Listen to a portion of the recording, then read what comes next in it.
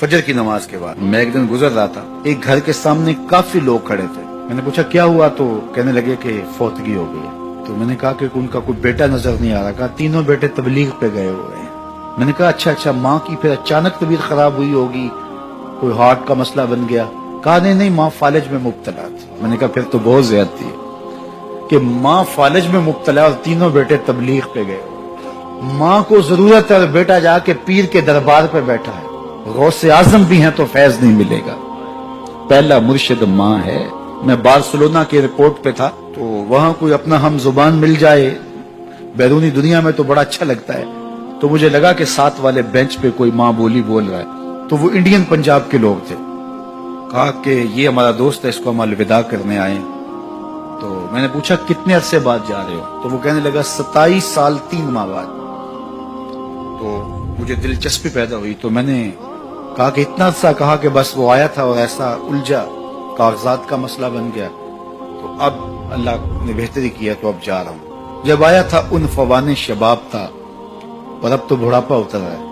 और बड़े हसरत भरे अंदाज में कहने लगा पता नहीं मेरे घर वाले अब मुझे पहचानते भी हैं या कि नहीं।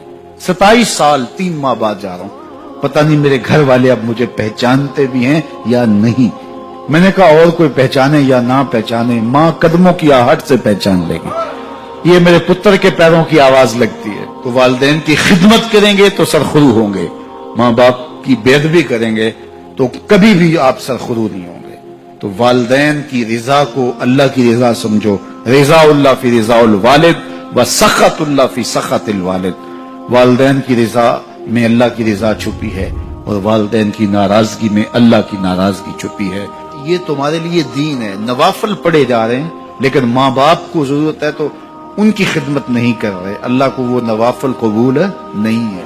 माँ के कदम दबाओ, बाप के पांव चूमो, तो तुम्हारे नवाफिलों से बेहतर तुम्हें जब वो दुआ देंगे अल्लाह अपनी रहमतें तुम्हारे ऊपर नाज़िल कर देगा। तो उनकी खिदमत करो। एक शख्स जहाद का इज़्न लेने के लिए हुजूर की खिदमत में आया, हुजूर मैं जिहाद पे जाना चाहता हूँ। कितनी बड़ी बात है, छठा रुकन है इस्लाम का। लेकिन आका करीम क्या बोलते हैं, अहय्युन वालिदा का, क्या तेरे वालिदैन जिंदा हैं? काला नाम, का जी हुजूर जिंदा है। काला फफी है मा फजाहिद, कहा जा उनकी खिदमत कर, यही तेरा जिहाद है।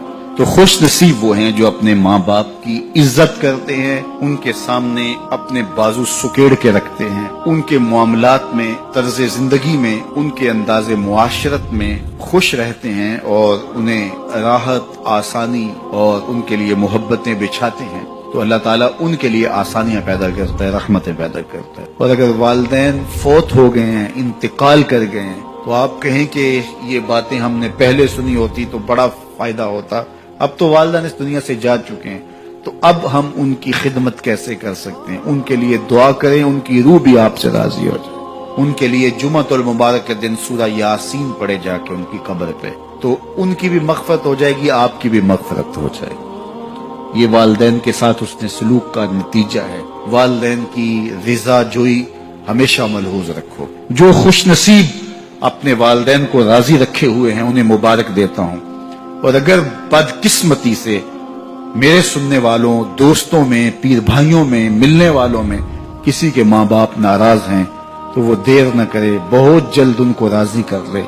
उनकी रिजा तुम्हें दुनिया आखिरत की सरखुरियां और कामयाबियां नसीब करेगी। तो शख्स अपने वालिदैन के लिए रोजाना मग़फ़िरत की दुआ करे। वालिदैन जिंदा हों तब भी, फौत हो गए हों तब भी, इसमें कभी भी नागा न करे। सारी जिंदगी उसके रिस्क में बेबरकती नहीं आ सकती। दीन की बात फैलाना सदक़ा जारिया है। सवाब की नीयत से वीडियो को शेयर जरूर कीजिए। जज़ाकल्लाह।